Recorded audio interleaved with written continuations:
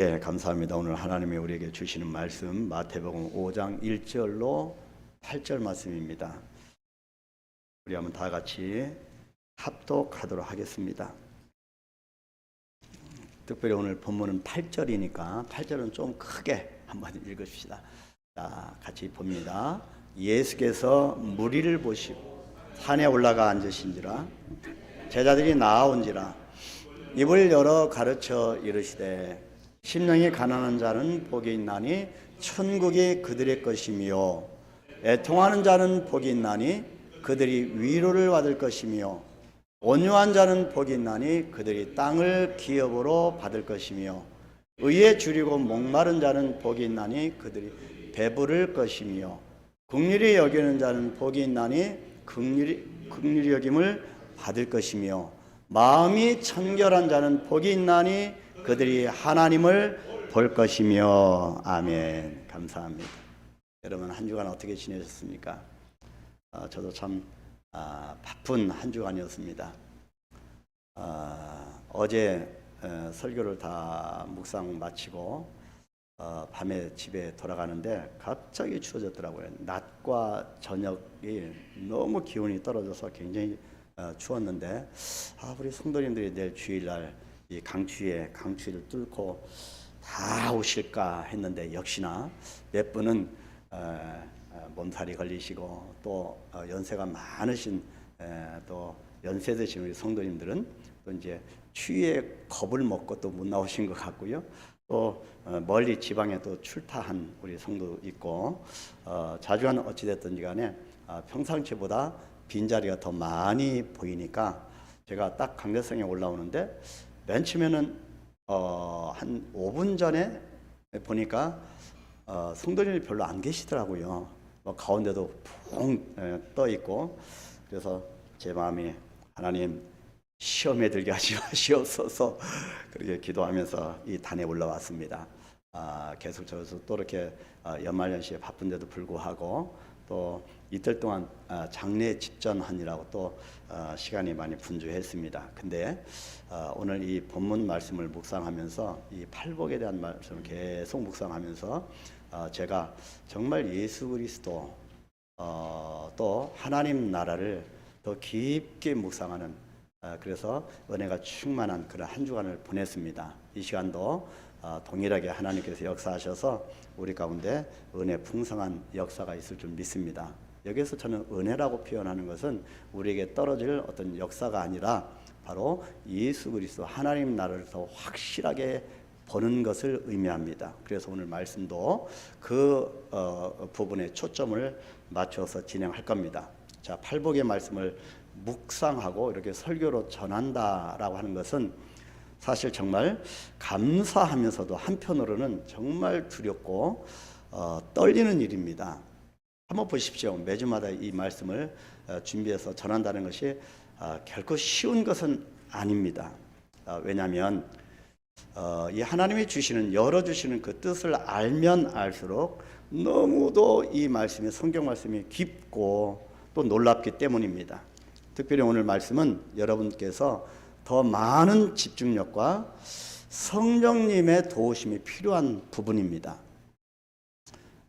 왜냐하면 어려울 수도 있고 우리가 깊이 깨달음의 그런 부분들이 있기 때문입니다. 오늘 예수님의 팔복 6번째 말씀은 이 팔복 전체로 본다면 팔복의 클라이막스 부분이라고 해도 과언이 아닙니다. 복 중의 복이죠.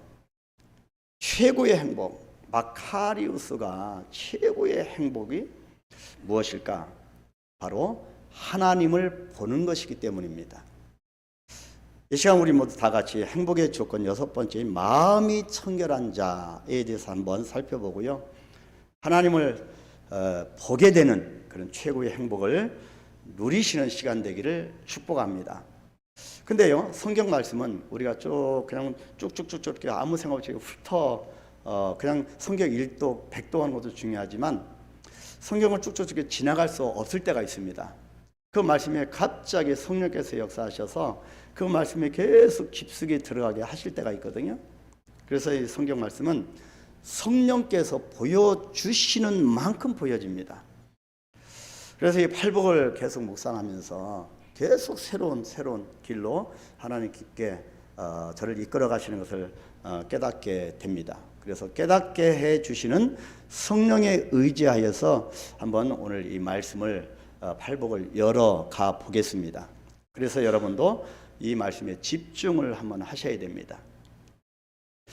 자, 오늘 팔복은 주님께서 드러내시는 말씀입니다.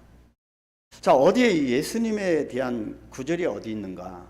근데요, 오늘 이 성경을 이렇게 쭉 보니까 마음이 청결한 자가 하나님을 볼 것이라고 말씀합니다. 근데 여기에 어디 예수님이 있습니까? 근데요, 예수님의 드러내심의 선언이라는 것입니다. 자, 학자들마다 이 팔복의 구조를 보는 것이 다 다릅니다. 또 하나의 복이 이 너무너무 소중하지만 귀하지만 마음이 청결한 자에게 주어지는 복이 바로 하나님을 볼 것이다 라고 하는 것입니다. 근데 이 문장에는 정말 중요한 메시지가 담겨 있습니다. 자, 그래서 이 말씀을 우리가 읽다가 예수님께서 이런 말씀을 하시려고 이 부분을 주셨구나, 이것을 깨닫게 되었습니다. 자, 흔히 우리는 복하면 나에게 여러 가지 건강의 복, 재물의 복, 여러 가지 이 땅의 이생의 것을 생각하기 쉽습니다. 근데 그게 아니라는 겁니다. 그래서 자꾸 성령께서 우리 눈을 열어 가시는데요. 자, 예수님께서 이 팔복, 특히 오늘 이 말씀을 선포하시면서 이런 말씀을 하시려고 했구나. 어떤 말씀입니까? 바로 마태복음, 이 팔복을 선포하시고 좀 더 나중에 마태복음 13장 35절에 이렇게 말씀합니다. 이는 선지자를 통하여 말씀하신 바 내가 입을 열어 비유로 말하고 창세로부터 감추인 것들을 드러내리라 함을 이루려 하심이라. 여러분, 여기 창세로부터 감추인 것들이 뭐라고 생각하세요? 이 팔복을 선언하시고 쭉 마태복음 13장에 나중에 가서 이 창세로부터 감추인 것이라고 말씀합니다. 이것을 이루려 하심이라. 여러분, 이 감추인 것들이, 창세로부터 감추인 것들이 뭐라고 여러분 생각하시나요? 성경 말씀을 읽고 우리는 들으면서 우리는 감동을 받기도 하죠. 어떤 구절, 내가 너를 떠나지 않고 강하고 담대하라, 위로받기도 하고 감동을 받기도 하고, 그렇다, 내가 깨달은 대로 이렇게 살아야 되겠구나 하고 다짐하기도 합니다. 그래서 우리가 설교를 마치고 결단의 기도하는 거 아니겠습니까?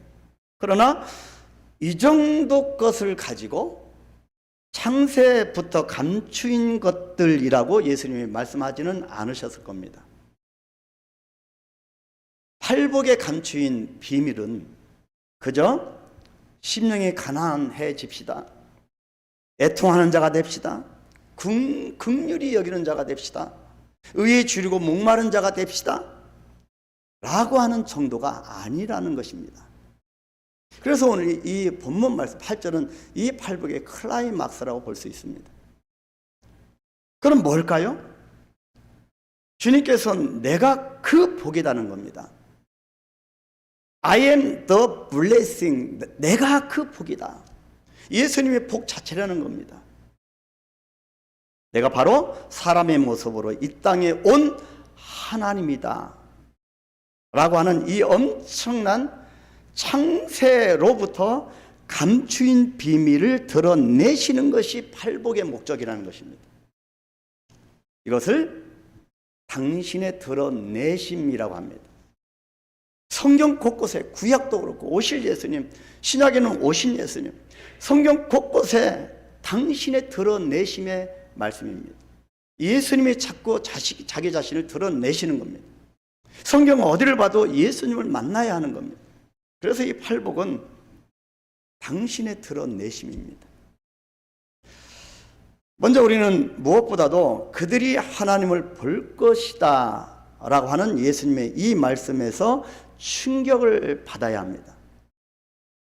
아마 여러분들 가운데서도 하나님을 보여주면 여러분 그렇게 말씀하셨을 겁니다. 여러분들 가운데 하나님을 보여주면 내가 믿음을 갖겠다, 그렇게 말씀하시는 분이나 뭐 배우자나 친구들에게 또 전도하는 사람에게 나에게 당신이 믿는 하나님을 보여주면 내가 교회에 나가지, 그렇게 말씀했던 분도 계실 겁니다.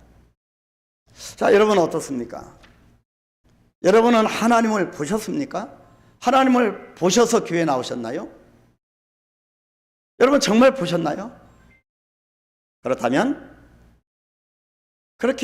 그렇다라고 대답하신다면 그것이 어떻게 가능하십니까? 여러분 하나님 보는 게 가능하십니까? 정말 보셨습니까? 예수님께서 본문에서 쓰신 하나님을 볼 것이다, 본다라고 하는 단어는 헬라어로 호라오입니다. 호라오.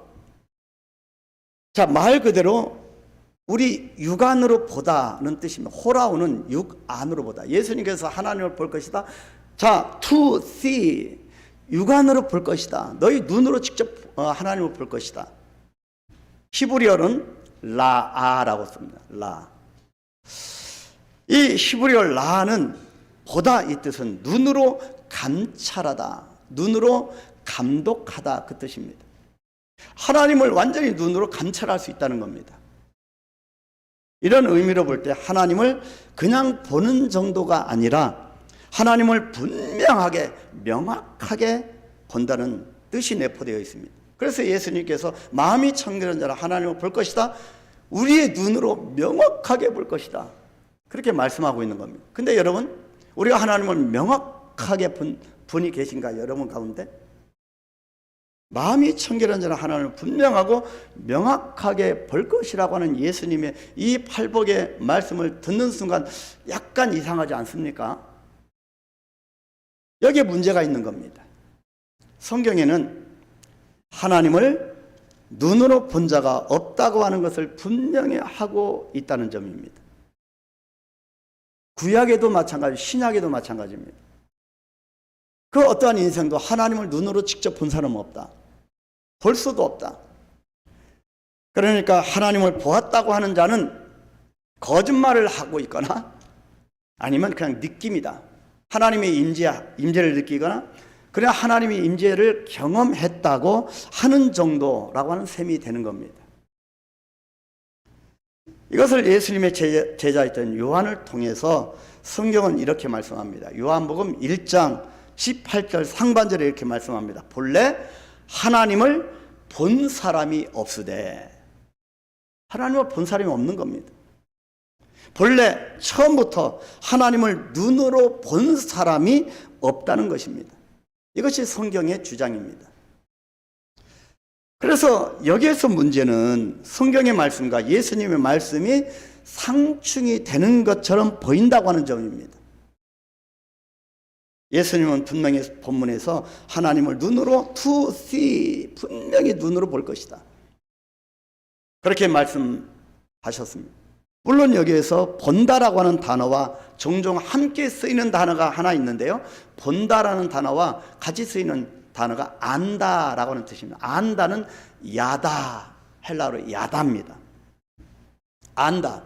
그래서 이 호라오, 바로 라, 눈으로 본다 이것과 안다 이것은 같이 동반돼서 같이 사용되어집니다. 하나님을 보는 것은 하나님을 안다는 것입니다. 그래서 이 단어를 통해서 우리가 알 수 있는 사실은 하나님을 본다고 하는 것은 하나님을 아는 것이다, 하나님을 경험하는 것이다, 하나님의 임재를 맛보는 것이다 라고 하는 의미입니다. 그런데요, 이 말씀의 정확한 뜻은 뭐가 되겠습니까? 너희가 분명히 눈으로 하나님을 볼 것이다, 하나님을 알게 될 것이다 라고 하는 의미가 본문에 더 맞는 해석입니다. 눈으로 본다는 겁니다. 예수님이 지금 말씀하시는 성경은 하나님을 본 자가 있을 수 없는데, 예수님은 지금 너희들이 마음이 청결하면 하나님을 직접 눈으로 명확하게 볼 것이라는 말씀입니다. 자, 여기서 하나님을 볼 것이며 라고 하는 말씀을 이해하기 위한 열쇠는 왜 성경과 예수님의 말씀이 상충되는 것처럼 보여질까? 근데 이 말씀을 이해하기 위한 열쇠는 요한복음 1장 18절, 방금 상반절에 왔는데 하반절입니다. 한번 보실까요? 본래 하나님을 본 사람이 없으되 그러나 아버지 품속에 있는 독생하신 하나님이 나타내셨느니라. 창세로부터 감춘 비밀을 하나님의 독생성자 예수께서 드러내셨다는 겁니다. 이것이 예수님 당신의 드러내심입니다. 이것이 무슨 말씀일까요? 공동 번역 성경은 이렇게 기록합니다. 더 이해하기가 쉬우실 겁니다. 자, 이렇게 공동 번역 성경에 이 요한복음 1장 18절에 이렇게 기록합니다. 일찍이 하나님을 본 사람은 없다. 그런데 아버지의 품 안에 계신 외아들로서 하나님과 똑같으신 그분이, 예수님이 하나님을 보여주셨다. 이해되시죠? 여러분, 이것은 그 시대 당시에 그 시대적 배경으로 설명드리면 엄청난 충격의 말씀이었습니다. 팔복 말씀 자체가 유대인들에게는 엄청난 역설들로서 충격의 연속이지만 그 시대는 도저히 팔복이 전혀 개념이 정립이 안 되는 겁니다. 너무 충격이었습니다. 그 신구약 중간사를 통과하면서 400여 년 동안 완전히 하나님의 말씀을 잃어버린 그 시대의 사람들에게 예수님이 빵 얘기를 하시는 겁니다. 충격의 연속이었지만 지금 이 말씀의 뜻이 무엇일까요? 처음부터 하나님을 눈으로 본 자가 없었지만 나를 본 자는 하나님을 보는 것이다. 다시 말해서 내가 하나님이기 때문에 나를 본 자는 하나님을 본 것이다 라고 하는 말씀인 것입니다. 이것이 삼위일체의 교리입니다. 자, 이것은 팔복을 통한 예수님 자신의 드러내심의 선언입니다. 그래서 서론 부분에 제가 서두에 집중을 하셔야 된다고 말씀드린 겁니다. 성령께서 우리의 눈을 열어주시는 만큼 성경이 이해되기 때문입니다. 다시 말씀드려서 이 말씀은, 이 팔복은 예수님께서 자기 자신을 드러내시는 말씀입니다. 그렇기 때문에 지금 예수님의 자기 자신에 대한 드러냄의 선포는 복음 중에 복음이고, 때가 참에 드디어 창세로부터 감추인, 그 창세로부터 감추인 비밀이 뭘까요? 바로 당신을 통한, 예수님 당신을 통한 인류의 구속 계획을 이루어 주시는 장면인 것입니다. 예수님 오신 목적까지 말씀하죠. 바로 하나님을 볼 것이다. 내 자신을 드러내는 겁니다. 그러면서 내가 이 땅에 온 목적은 모든 열방을 구원하기 위한 하나님의 구속 계획까지도 담겨 있는 말씀이라는 것입니다. 최고의 복된 인생은 예수님을 드러내는 삶입니다. 우리가 먹든지 마시든지 하나님의 영광을 위하여라. 우리가 밖에 나가서도 들어와서도 예수 그리스도의 이름을 드러내는 삶. 우리가 직분을 받아도, 세례를 받아도, 우리가 길을 가도, 버스를 타고 가든 차를 타고 가도 모든 하나님의 행위가, 우리가 교회에서 성도를 위해서 주방에 봉사하는 것도, 우리가 차량 운행하는 것도, 우리가 교회에서 섬기는 것도 다 예수 그리스도, 창세로부터 감추인 그분 예수 그리스도를 드러내기 위한 목적입니다. 그 어떠한 행위도 예수님이 드러나지 않으면 아무것도 아닙니다. 그래서 최고의 복된 인생은 예수님을 드러내는 삶이다. 나를 통해서 하나님의 구원 계획을 이루어 드리는 삶이 최고의 복된 삶이다. 이것을 지금 팔복에서 말씀하고자 하는 것입니다. 그래서 우리는 모든 섬김에서 예수 그리스도가 드러나야 합니다. 그렇지 않으면, 예수님이 드러나지 않으면 내가 드러나게 되어 있습니다. 내가 드러나면 그 결국은 어떠한지를 여러분 잘 아십니다. 그런데 이게 잘 되십니까? 잘 안 됩니다. 자꾸 내가 드러나고요, 자꾸 나의 교만이 싹트고요, 예수님이 드러나지 못한 내가 드러납니다. 왜 그럴까요? 왜 이것이 잘 안 될까요? 우리 마음의 중심 문제입니다. 마음의 중심. 그래서 예수님 말씀, 마음이 청결한 자, 마음의 중심 문제입니다. 우리가 신앙생활하는 것, 우리가 예수 믿는다는 것, 마음의 중심의 문제입니다. 그래서 저는 여기서 그 시대 당시에 횡행했던 율법이라고 하는 것을 이 설교에, 이 팔복에 좀 적용을 하려고 합니다. 그래서 마음의 중심과, 두 번째 마음의 중심과 율법입니다. 우리도 지금 예수님을 믿지만 나도 모르는 사이 모든 삶 가운데 율법이 묻어나 있고 율법이 기준되고 있다는 말씀이지요. 당시의 사람들은 아직 예수님이 누구신지 그저 좋은 말씀을 하시는 뛰어난 랍비 정도로밖에 몰랐습니다. 저와 여러분도 주님이 누구신지 잘 모를 수도 있습니다. 주님이 말씀하십니다. 내가 바로 하나님이다. 여러분, 이렇게 말씀하신 주님의 이 음성 앞에 그때 당시 수많은 유대인들이 어떻게 했습니까? 충격을 받은 겁니다. 그래서 나를 본 자는 하나님을 본 것이다. 이 팔복을 선포했으니 이것이 무슨 말씀인지를 사람들은 훗날 요한을 통해서 알게 됩니다. 요한복음 14장 9절에 뭐라고 기록합니까? 예수께서 이르시되 빌립아, 내가 이렇게 오래 너희와 함께 있으되 네가 나를 알지 못하느냐? 나를 본 자는 아버지를 보았거늘 어찌하여 아버지를 보이라 하느냐? 그런데 오늘 본문에서는 너희가 나를 봄으로 하나님을 본 것이다 하고 끝난 것이 아니라 조건을 하나 붙이시는 겁니다. 그 조건이 마음이 청결한 자입니다.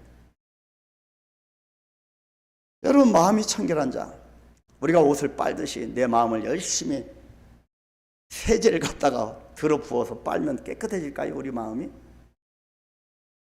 마음이 청결한 자가 하나님을 본다는 겁니다.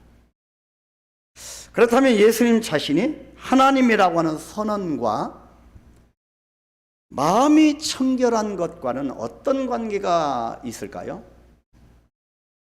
먼저 예수님이 쓰신 단어, 마음이 청결한, 이 마음이라고 하는 단어가 중요합니다. 이 마음이라고 하는 단어의 헬라어는 카르디아. 정말 중요한, 카르디아라고 하는 단어가 정말 중요한 단어입니다. 자, 이 카르디아, 마음의 일반적인 뜻은 몸의 중심이라는 뜻입니다. 몸의 중심. 카르디아, 몸의 중심입니다. 여러분, 어떤 것에 중심을 두고 살아가십니까? 이 중심이 무너지면 우리의 삶이 흔들려집니다. 가족 안에서, 가정 안에서 마찬가지예요. 가정의 중심이 무너지면 그 가정이 흔들려집니다. 자, 우리 마음의 중심이 세상에 쏠려 있으면 당연하겠죠. 흔들립니다.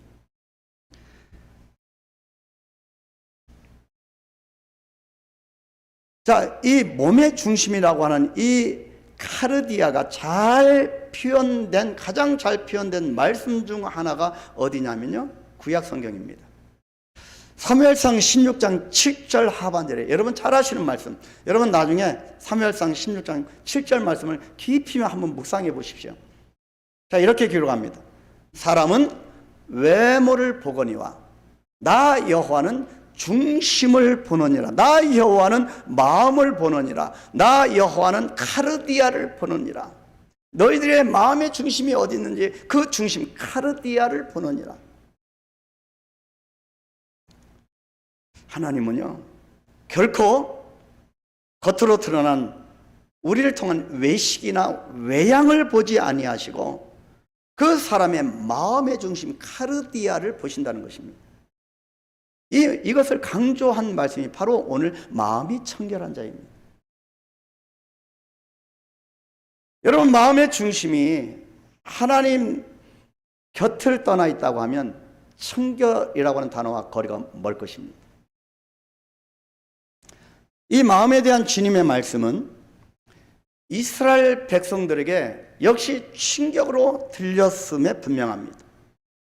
자, 그 시대 당시 유대인들은 마음보다 중요한 것을 뭐라고 생각했을까요?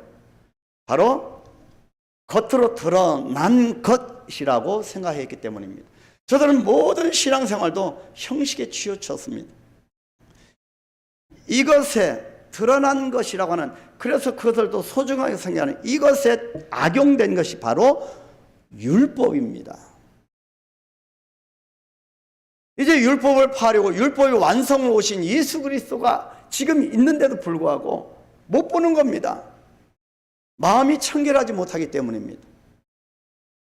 하나님이 처음에 율법을 주신 목적은 이런 것이 아니었는데 어느 때부터인가 모두가 다 보이는 것에 집착하고 겉으로 드러난 것들만 진리라고 맹신하게 되었습니다. 우리도 복음에서 벗어나면 이런 우를 범할 수가 있습니다. 우리 한국은 자꾸 유교주의가 굉장히 깊지 않습니까? 그래서 복음과 복음주의와 유교주의가 또 충돌될 수 있습니다. 그래서 자꾸 이것을 수용하고 수용해서 혼합주의가 되는 것이 자꾸 천주교고 불교입니다. 여러분, 저들은 모든 걸 다 수용합니다. 다 거부감이 없도록 다 수용합니다. 근데 그것은 진리라고 볼 수는 없습니다. 그래서 몸에 대해서 규례를 만들었지요. 자꾸 드러나는 것을 중요시 여기면서 몸에 관한 규례를 만들고 안식일과 제사와 제물과 제사장과 레위인과 씻는 것과 씻는 것에도 어떻게 씻어야 되는지 자꾸 복잡하게 규례를 만든 겁니다.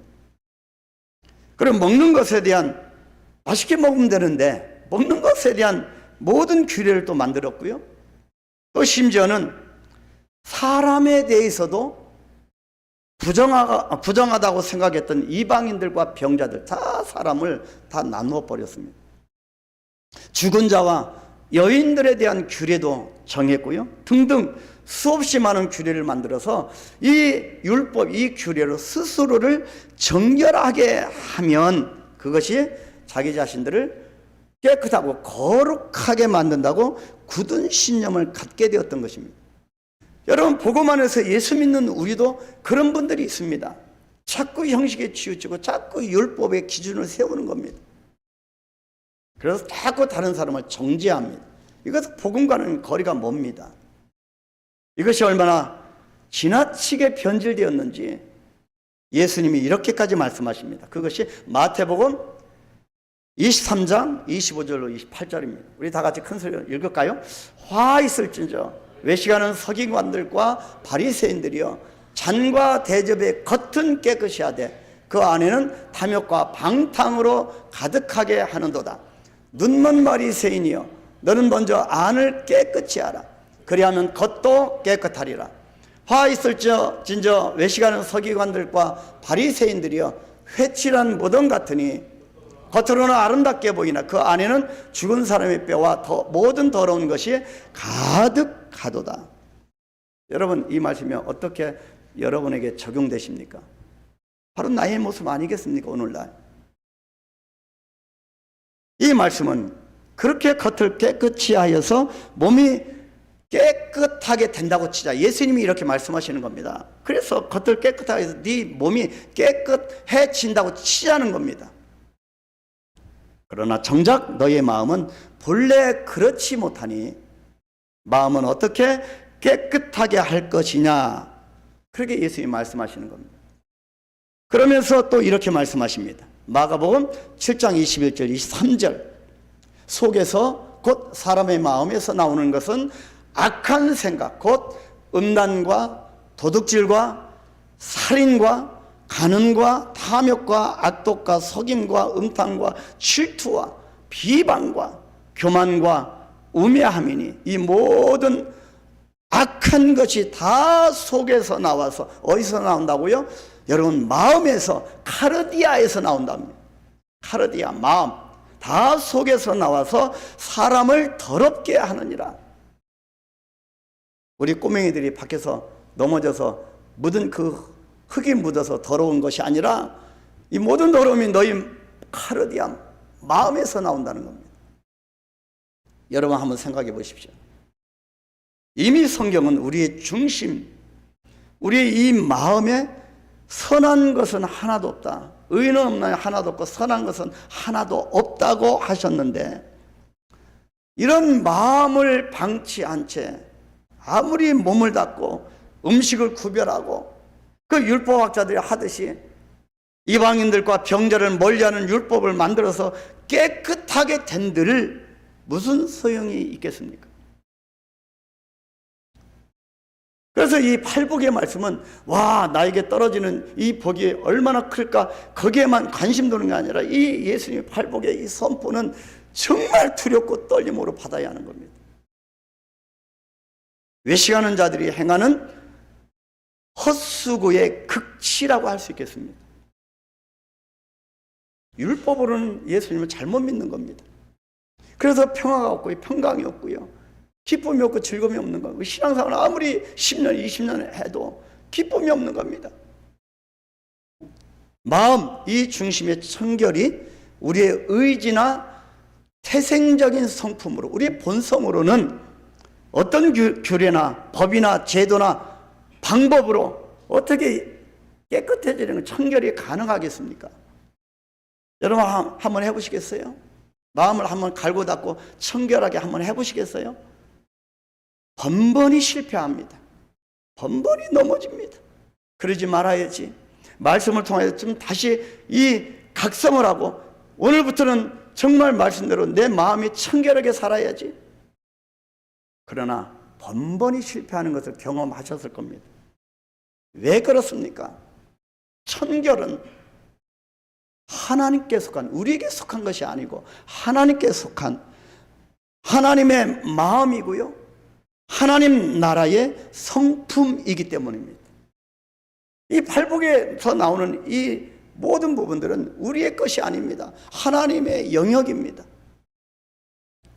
만약 우리 인간이 스스로 자신의 마음을 청결하게 하여서 하나님을 보게 될 것이다, 이것이 가능하다면 이것이야말로 복음을 빙자한 인간적이고 세상적인 애씀과 행위의 노력으로 구원받는다고 하는 율법의 소산이 될 것입니다. 그러면 하나님이 필요 없고 예수님이 필요 없게 될 것입니다. 복음은 그것이 아닙니다. 나는 할 수 없는데 예수님으로 할 수 있다고 하는 것이 복음입니다.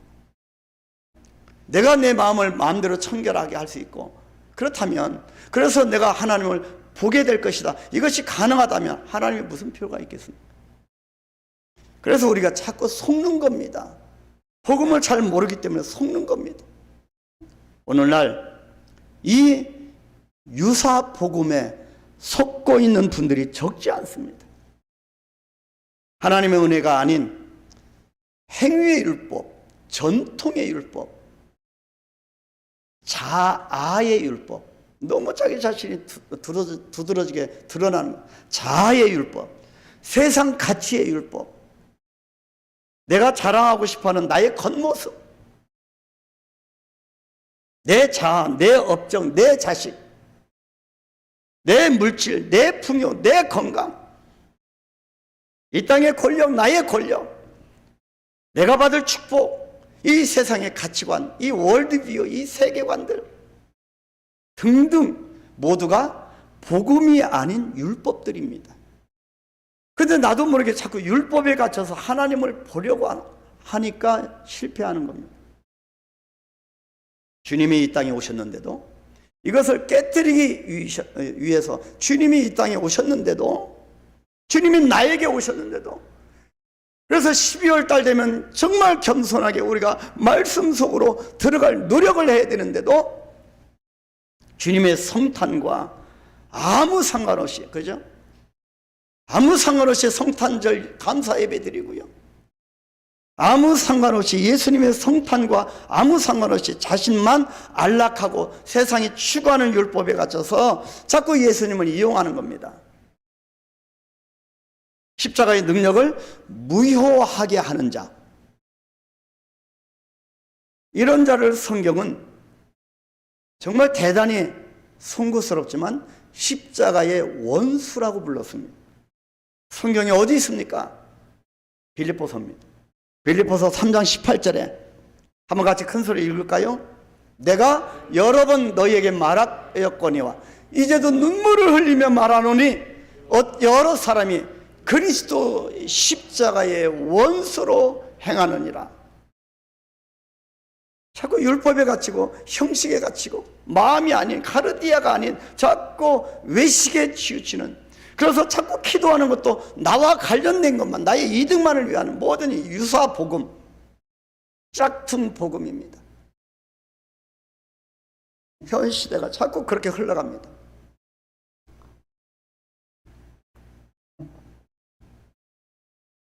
당시에 유대교에서 개종한 그리스도인, 예수님을 영접한 그리스도인들은 여전히 복음 안에서 살아가야 되는데, 유대교에서 개종한 이 개종한 그리스도는 여전히 교회 안에 율법이 필요합니다. 율법이 필요하고 이 땅의 안락과 세상이 제공하는 율법 안에 살기를 원했습니다. 여전히 옛사람을 버리지 못한 겁니다. 우리 가운데도 그런 모습이 있을 수 있습니다. 그래서 성경은 초대교회 안에 유사한 복음으로 다른 신앙의 동료들을, 사람들을 헷갈리게 만드는, 흔들어대는 이 행위의 율법, 전통의 율법, 종교의 율법, 자아의 율법, 세상 가치의 율법을 다음과 같이 정의를 내렸습니다. 갈라디아서 4장 9절에 기록되어 있습니다. 뭐라고 합니까? 우리 같이 읽습니다.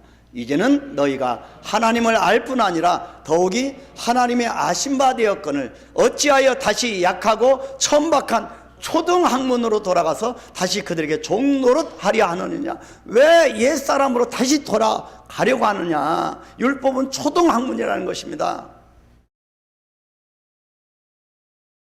예수를 10년, 20년 믿었는데 왜 자꾸 옛 본성으로 돌아가려고 하느냐? 여러분, 그래서 우리가 한강교회를 새롭게 주님의 뜻 가운데, 섭리 가운데 세워지고 주님이 부르신 저와 여러분들 같이 신앙의 교회 공동체로 엮여졌다고 하면 옛 모습으로 돌아가서는 안 됩니다. 뭔가 분명한 한강교회만이 하나님이 이루시고자 하는 그 섭리를 따라서 나아가야 한다는 것입니다. 자꾸 옛날 신앙생활 한 것으로 자꾸 규제하고 그런 시각으로 보면 앞으로 전진하기가 참 어렵습니다. 우리는 마음의 중심으로 하나님을 보아야 합니다. 약하고 천박한 초등학문인 이 율법으로 다시 돌아가서 그 율법의 종노릇하는 잘못을 범하지 않기를 축원합니다. 율법에 갇힌 그 시대 당시의 사람들에게 주님은 마음이 청결해야 하나님을 볼 것이라고 말씀하는 겁니다. 율법으로 하나님을 볼 수 있다고 하는 자들을 향하여 마음이 청결해야 된다. 저들에게 얼마나 큰 충격이었겠습니까? 겉으로 외식에 치우친 저들을 향하여서 마음을 말씀하였으니 충격이었을 것입니다. 그렇다면 마음이 청결할 수 있는 방법은 무엇일까요? 마음의 청결과 성령의 임재입니다. 여러분, 여기 팔복에서 어떻게 성령의 임재, 하나님의 은혜를 발견할 수 있을까요? 우리 성품이 아니기 때문에 누군가의 도움이 있어야 되는, 그것이 성령의 역사라는 겁니다. 마음의 청결에 대한 주제는요, 이미 우리의 삶 속에 깊이 들어와 있습니다. 우리가 의식하든 의식하지 못하든 우리 삶 속에 들어와 있습니다. 우리 예수 믿는 사람들도요, 요가라든지 마음의 평안을 찾는 그런 온갖 어떤 여러 가지 그런 것들을 좀 심취해 있는 분도 있습니다. 이것이 복음인지 아닌지 분별 없이 속절없이 이렇게 휩쓸려 있습니다. 우리 삶 속에 깊숙이 들어와 있는데요, 현 시대에 우리나라를 포함하여서 전 세계는 TV나 라디오나 매스컴, 모든 매스컴의 단골 주제가 뭔지 아십니까? 마음에 대해서입니다. 마음입니다. 마음을 다스리자. 그래서 마음의 치료, 힐링이라고 하는 단어, 정말 위험한 단어입니다. 그럼 마음 다스리기, 마음의 쉼 등등, 여러분, 요가도 사실 여러분 굉장히 위태합니다. 자, 뿌리를 알 수도 없는 단체들이나 심지어 불교에서도 심지어 심리학을 한다는 분들도, 크리스찬들도 마찬가지, 성경적인 심리학이 있고요, 세상 가치가 추구하는 심리학이 있습니다. 마음을 평정하게 만드는 게 아닙니다. 분별을 잘 하셔야 됩니다. 여러분, 불교에서도요, 템플스테이라고 하는 이 프로그램을 통해서 얼마나 많은 사람들 절에 그렇게 쉬게 하면서 마음을 다스리는 것이 이겁니다라고 하는지 모릅니다. 그래서 마음을 다스리자라고 하는데 모든 사람들이 열심입니다. 그러나 예수는 분명히 말씀하셨습니다. 마음을 청결하게 하는 것, 그래서 그런 자가 하나님을 보게 되는 것, 이것은 어떤 행위나 쉼이나 스스로를 돌아보는 참선으로는 가능하지 않다고 분명히 말씀하셨습니다. 제가 불교에서 참선을 안 해봤겠습니까? 제가 수계명이 있다고, 제가 수계를 받았잖아요, 불교에서. 안 되는 거예요. 마음이 안 다스려집니다. 우리는 그 이유를 예수님께서 본문에 쓰신 청결이라고 하는 단어를 통해서 알 수 있습니다. 마음이라고 하는 단어와 더불어 청결이라는 단어가 정말 중요합니다. 자, 이 단어, 청결이라는 단어는 헬라어로 카타로스입니다. 카타로스. 아까 마음은 카르디아라고 했잖아요. 카타로스. 이 단어의 뜻은 일반적으로 깨끗하게 하다, 정결케 하다. 자, 이런 뜻인데요, 율법적인 개념으로 사람들이 자꾸 율법학자들이 이 청결이라고 하는 단어를 카르디아를 카타로스를 다른 쪽으로 자꾸 해석합니다. 뭐냐면 흠이 없고 다른 것이 섞이지 않은 순전함이라고 하는 뜻을 가지고 있다고 강조합니다. 자, 이 말은 이스라엘 백성들이 가장 좋아했던 단어, 그래서 순전하고 다른 것이 섞이지 않은 아주 흠이 없다, 그래서 이 율법학자들이 정말 좋아하던 단어였습니다.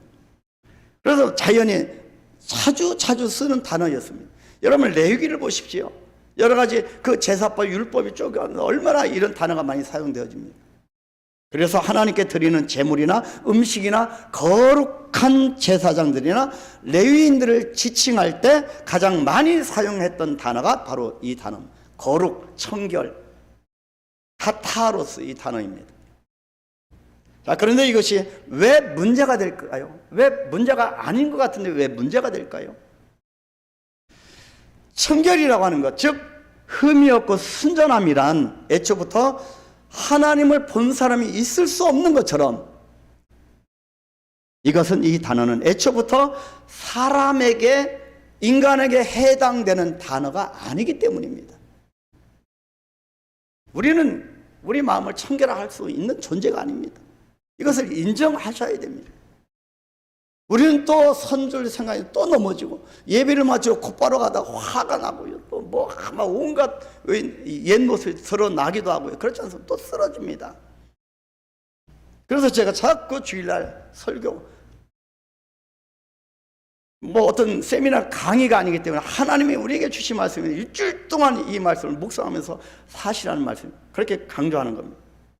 자, 우리에게 해당되는 아닌데요, 우리는 하나님 외에 어떤 것도 사람이나 모든 만물은 결코 흠이 없거나 순전할 수가 없다고 하는 사실을 인정하셔야 됩니다. 저도 완전하지 못합니다. 저도 흠이 없는 존재가 아닙니다. 결점이 많고요. 여러분도 마찬가지입니다. 이것을 인정해야 은혜가 임합니다. 어떤 인생도 하나님께서 원하시는 흠이 없고 순전한 생명이 될 수 없습니다. 그것은 오직 하나님의 은혜로만 가능합니다. 하나님의 은혜입니다. 그래서 오늘 마음이 청결한 자는 복이 있나니 그들이 하나님을 볼 것이요 라고 하는 말씀은, 이제 율법의 시대가 끝났고 주님이 지금 오셔서 마태복음 5장에서 선포하는 겁니다. 이제는 율법의 시대가 끝났고 은혜의 시대, 성령의 시대가 도래했다고 하는 엄청난 시대의 변화를 의미하고 있는 것입니다. 시대가 바뀌었습니다. 율법의 시대가 아니고 은혜의 시대, 은혜가 아니고는 살 수 없는 시대, 성령의 임재가 아니면 살 수 없는 시대가 됐다는 것입니다. 다윗은 시편 51편 10절 11절에서 놀라운 고백을 했습니다. 내 마음을 정결하게 할 수 있는 분은 오직 한 분, 성령님이시라는 고백입니다. 구약시대의 다윗이 어떻게 성령님을 고백할까요? 우리 한번 큰 소리로 같이 고백할까요? 하나님이여, 내 속에 정한 마음을 창조하시고 내 안에 정직한 영을 새롭게 하소서. 나를 주 앞에서 쫓아내지 마시며 주의 성령을 내게서 거두지 마소서. 아멘. 눈물 나는 고백입니다. 마음이 청결한 영이라는 거죠. 마음이 청결한 영을 강구하고 있습니다. 카르디아, 이 마음 카르디아를 정결하게는 청결한 카타로스 성령을 간구하고 있는 겁니다. 여러분, 성령님만이 나로 하여금 예수님의 하나님이시라고 하는 사실을, 성령님만이 나의 마음을 청결하게 하여서 흠이 없고 순전한 주님의 자녀가 될 수 있게 하심을, 그리고 성령님만이 율법 아래에 있는 나로 하여금 은혜 아래의 삶으로 인도하실 수 있음을, 그리고 성령님만이 십자가의 보배로운 피로 나를 정결하게 하실 수 있음을, 그 성령님만이 창세전부터의 이 모든 비밀을 알게 하시는 분임을, 예수 그리스도의 드러나심, 그런 분이심을 우리 모두 다윗처럼 고백하게 되시길 축원합니다. 이제 성령의 은혜를 받으시길 축복합니다. 그래서 이 팔복을 통하여 오늘 특히 이 팔복의 크라이막스라고 하나님을 볼 것이며, 바로 이 팔복을 통해서 예수 그리스도의 드러나시는 예수님을 발견하게 되고, 그래서 예수님을 정말 본 자가 하나님의 말씀을 깨닫게 되고, 그 조건이 뭐라고요? 여러분, 카르디아입니다. 우리 몸의 중심, 이 마음이 어떻게 된다고요? 청결한 자, 카타로스가 되어지는 것. 이것은 모두 성령의 은혜다. 하나님의 은혜로 되어지는 것이다. 사랑하는 성도 여러분, 오늘 본문 말씀을 통하여서 주님께서 자신을 드러내시면서 행위의 율법이 아닌 마음의 중심의 청결이 얼마나 중요한지에 대한 말씀을 우리가 들었습니다. 정결한 마음으로 성령의 시대, 은혜의 시대가 임했음을 보게 되기를 소망합니다. 그래서 우리 모두 이렇게 기도했으면 좋겠습니다. 한번 결단하면 기도할까요? 이렇게 기도했으면 좋겠습니다. 하나님, 저는 청결하지 못합니다. 청결하지 않습니다. 인정합니다. 마음은 물론 그 어떤 것도 깨끗하지 않습니다. 저는 항상 죄 앞에 있습니다.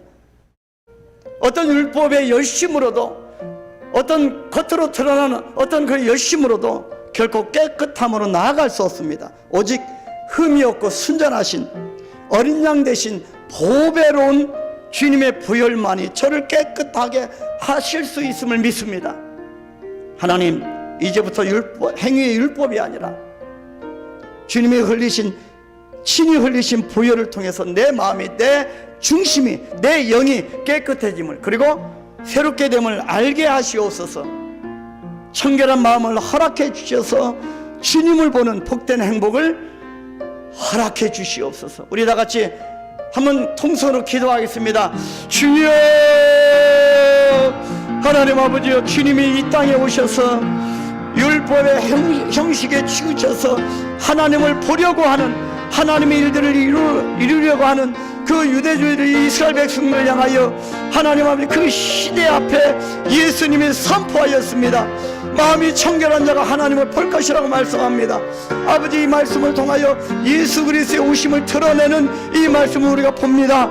아버지 하나님, 아직도 우리가 예수 그리스도를 믿는다고 하면서 예수님이 하시고자 하는 것이 무엇인지 깨닫지 못한다고 하면, 아버지, 우리는 율법주의자입니다. 아버지, 아직도 형식 멋지게 지으시고 우리가 아버지 우리가 하는 이 행동을 통하여 하나님이 나를 복주시겠다고 그렇게 여긴다고 하면 우리는 율법주의자입니다.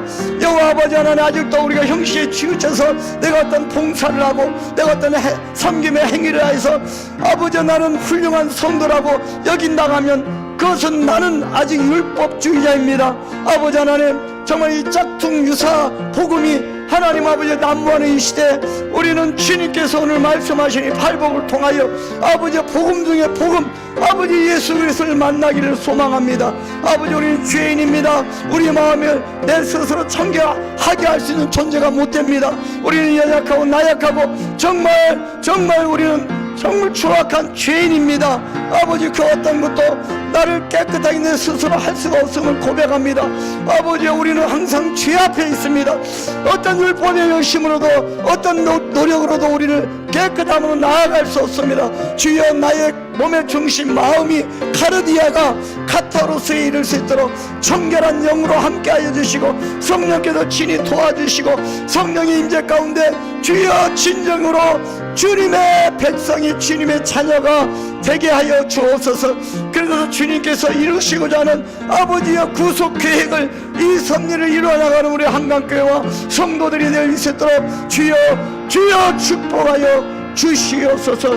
내 영이 깨끗해져서 주님의 은혜 가운데 성령의 임재 가운데 내 영이 깨끗해져서 새로운 영으로 새로워짐으로 주여 하나님을 보게 되는 놀라운 은혜가 임하게 하옵소서. 그래서 주님이 이 땅에 오신 목적, 구속 계획을 아버지 이루어드리는 하나님의 백성이 되어질 수 있도록 축복하여 주시옵소서.